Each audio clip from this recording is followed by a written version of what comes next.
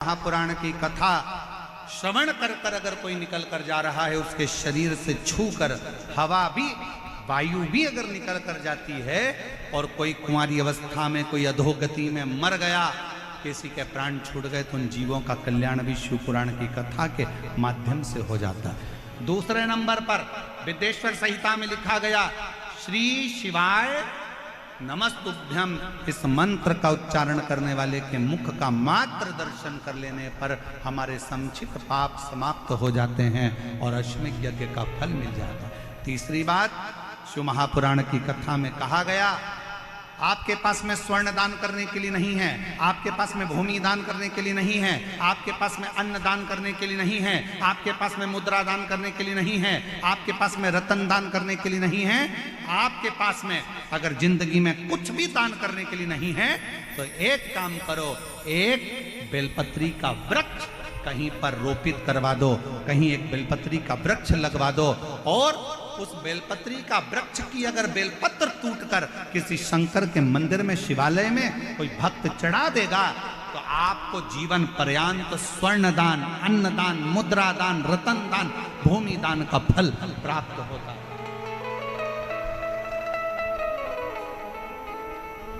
एक बेलपत्र जीवन का सुख दे देता, एक बेलपत्र। और कितना बेलपत्र का कितना पत्र पढ़िए, किसी ने बैग भेजा, अब ये वाला बैग तो हम रखते नहीं हैं, पर जयपुर है, चंचुला ने अपने पति बिंदु को समझाया कि ब्राह्मण कुल में जन्म लेने के बाद कोई कर्म अच्छा कर चलो। ए मेरी जीजियों, ए मेरे जीजाओं, मेरी बेटियों, बेटाओं, मेरी माताओं, मेरे भाई, अगर भगवान ने तुमको सरकारी अगर नौकरी दी है और कोई अच्छे पद पर, कोई कुर्सी पर, कोई सिंहासन पर, तुम्हें अच्छी जगह पर अगर भगवान ने बिठाया है ना, तो अपने सिग्नेचर का सदुपयोग करना, किसी गरीब का कल्याण जरूर करना, बाकी का तो सब।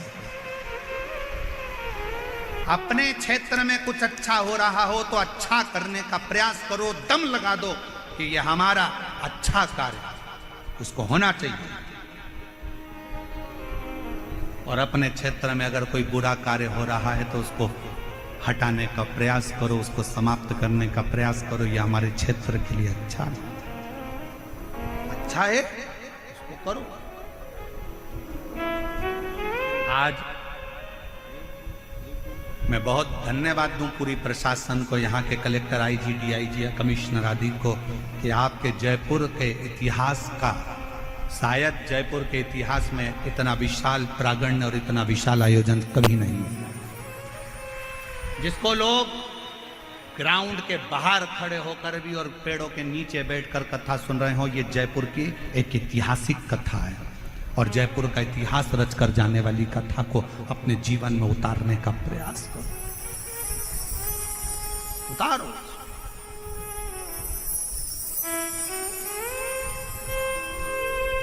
चंचुला देवी ने समझाया बिंदु को, बिंदु मानने को तैयार नहीं है। पत्नी बड़ी सुंदर है, धर्म पत्नी अच्छी है, फिर भी गलत जगह पर उसकी दृष्टि है।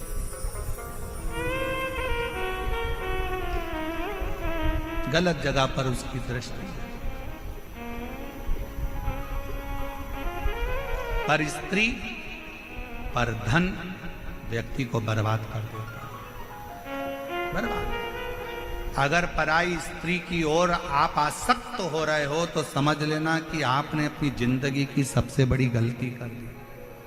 पत्नी सुंदर है, सुशील है, तुम्हारे प्रति समर्पित है, पत्नी को छोड़कर आप दूसरी स्त्री की ओर जा रहे हो ना, तो वो जो तुम्हारी पत्नी तुम्हारे चरण पड़ रही है ना, जो पत्नी तुम्हारे को प्रणाम कर रही है, करवा चौथ पे चलनी में मुंह देख रही है, तुम्हारी आरती उतार रही है, जिस पर स्त्री की ओर तुम जा रहे हो वो तुम्हारा चलनी में मुंह नहीं देखेगी, वो तुम्हारी जेब देखेगी, वो तुम्हारी जेब देखेगी। कितना माल है, मेरा बैलेंस डलवा दो, मेरे बच्चों की फीस जमा करो, मेरे घर में एसी लगवा दो, मेरे घर में कूलर लगवा दो, मेरे घर में ये लगवा दो। और घर में घर के तेरे खुद के बच्चे भूख से बिलख रहे हैं, अच्छी एजुकेशन के लिए तरस रहे हैं, अच्छी पढ़ाई के लिए अपने पापा से कहते हैं पापा मुझे आज ये किताब लाना है, पापा मुझे ये कॉपी लाना है। और वो जिसके चेहरे पर तू मर गया उसकी औलाद का खर्चा खुश होकर उठाता है, और जो तेरे लिए अपना घर छोड़कर तेरे बच्चे पाल रही है उसके बच्चों के लिए तू कुछ नहीं कर पाता है। क्या कर रहा है, क्या साध है? पर स्त्री और परधन व्यक्ति को बर्बाद कर देता है। पराई स्त्री को और आपकी आसक्ति नहीं होना चाहिए, पराये धन की और आपकी आसक्ति नहीं होना चाहिए। पराया धन एक ना एक दिन तुम्हें बर्बाद कर कर रख देगा। कोई ने दे दिया तुमको पराया धन, प्राप्त हो। पर स्त्री और पराया धन ये व्यक्ति को बर्बाद करने वाला, दोनों बर्बाद, दोनों। और अपने हृदय चित्त को, अपने स्मरण को, अपनी भक्ति को, अपनी श्रद्धा को आज जय जय श्री राधे। बड़े ही अर्थ का विषय है आज हमारे बीच। और बहुत ध्यान देना, महाराज शिव महापुराण की कथा कहती है आप व्यक्ति को समझा सकते हो, बोल सकते हो, कह सकते हो,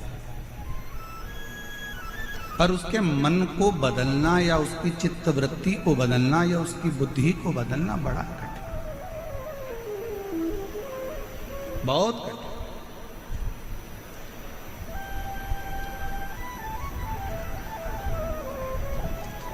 समय मिले अपनी जिंदगी में तो शिव पुराण की कथा कहती है कि किसी के लिए अच्छा करने का प्रयास करें।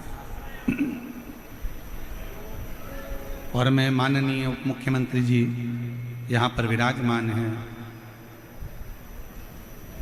उनसे कहूँगा कि बड़ी किस्मत वाले हैं आप तो, और आपके क्षेत्रवासी जो इस विधानसभा में ये शिव महापुराण की कथा का दिव्य और भव्य।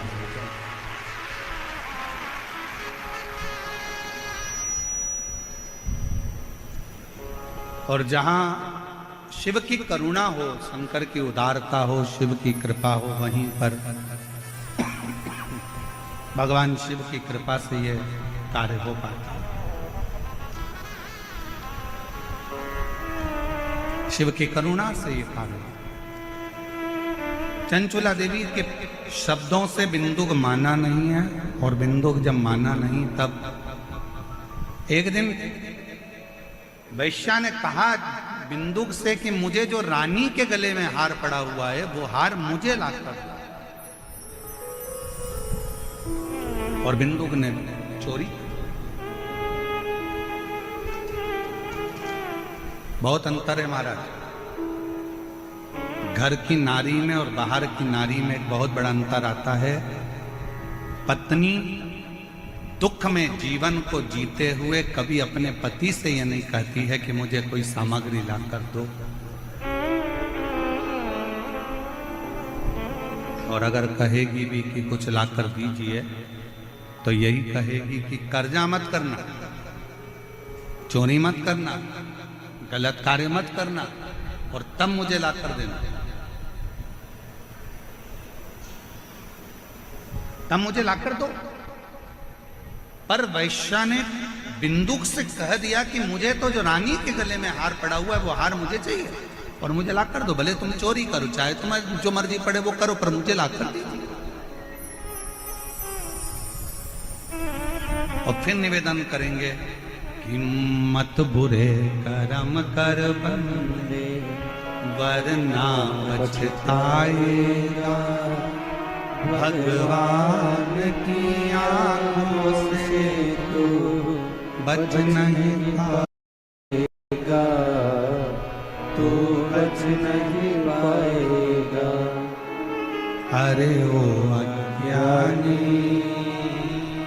मत कर नादानी, अरे ओ अज्ञानी मत कर नादानी। तेरे कर्म का फल भी तू ही पाएगा, जैसा किया तूने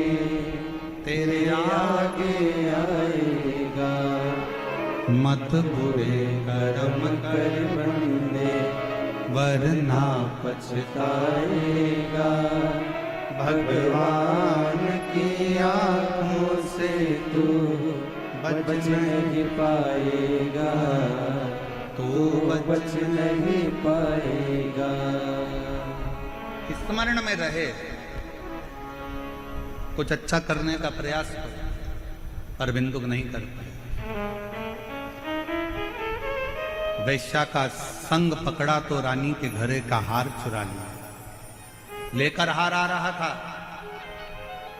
दीवार पर से नीचे गिरा तो पानी में डूबकर मर गया। 3 तरह से मरे हुए व्यक्ति का मोक्ष नहीं है।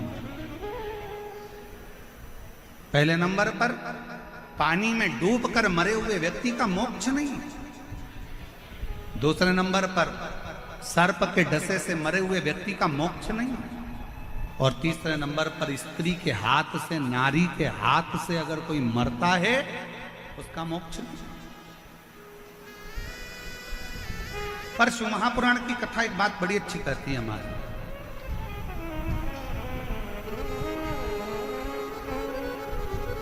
18 पुराणों में, 6 शास्त्र में, 4 वेद में, उपनिषदों में केवल एक शिव महापुराण की कथा एक ऐसी है कि अगर जिंदगी में कोई कितना भी पाप करा हो, अगर वो एक बार शिव महापुराण की कथा सुनकर जाने वाले व्यक्ति का मात्र मुख का भी दर्शन कर लेते हैं तो पाप से मुक्त हो जाए।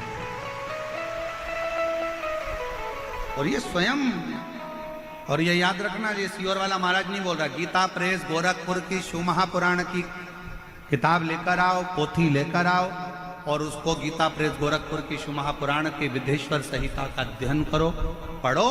उसमें मिलेगा श्री शिवाय नमस्तुभ्यम बोलने वाले के मुख का मात्र दर्शन कर लो तो अश्वमेध यज्ञ का फल प्राप्त हो जाता है और हमारे जीवन के सारे कष्ट समाप्त हो जाते हैं।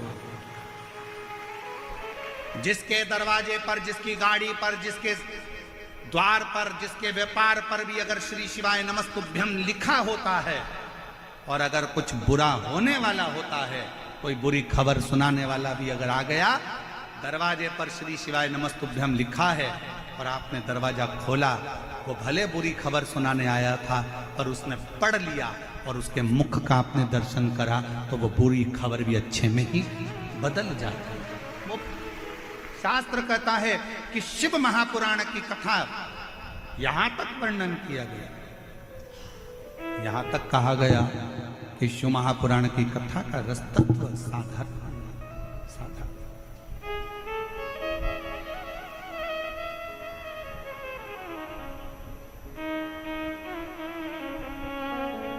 और मैंने तेरे ही भरोसे बाबा, तेरे ही भरोसे हवा बीच उड़ती जवानी बाबा, डोर हत्तो छठी नावे में कटी।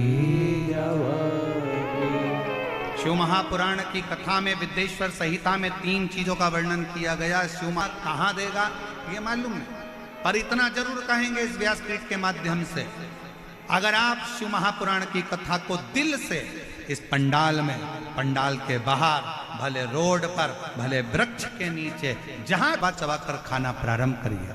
7 दिन का नियम धारण करो, 15वें दिन जाकर जांच करवाओ, बाबा ने कृपा करी तो गठान गल गई होगी। ये शिव है। कैसी भी गांठ शरीर में, कितने भी गठान, फिर जांच। और डॉक्टर जो दवाई दे उसको खाओ, डॉक्टर की दवाइयां जरूर खाओ। डॉक्टर ने बोल दिया कि ये जांच कराना है, दवाई खाना है, खाओ, क्योंकि डॉक्टर भी शिव का एक रूप है, शंकर का एक स्वरूप है, उसका प्रतिबिंब है शिव।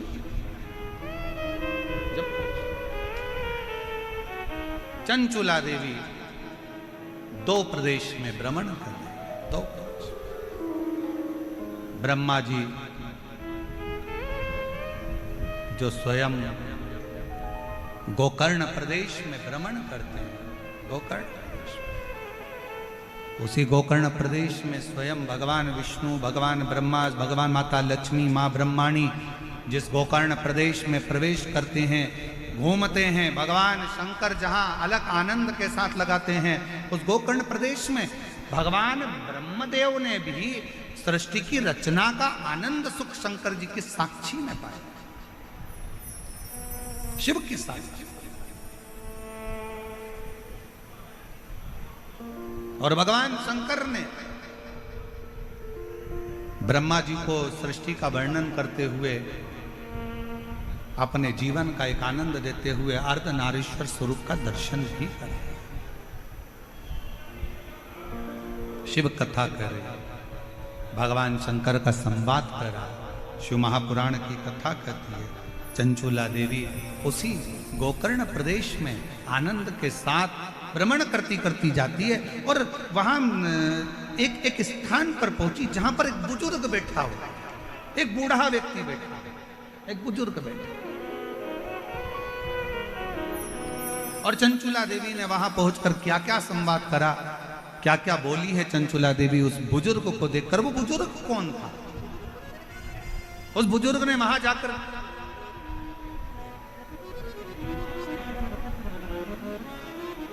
हमारे बीच में श्री गौतम जी सहकारिता मंत्री राजस्थान सरकार के पधारे हैं, एक बार जोरदार ताली बजाकर उनके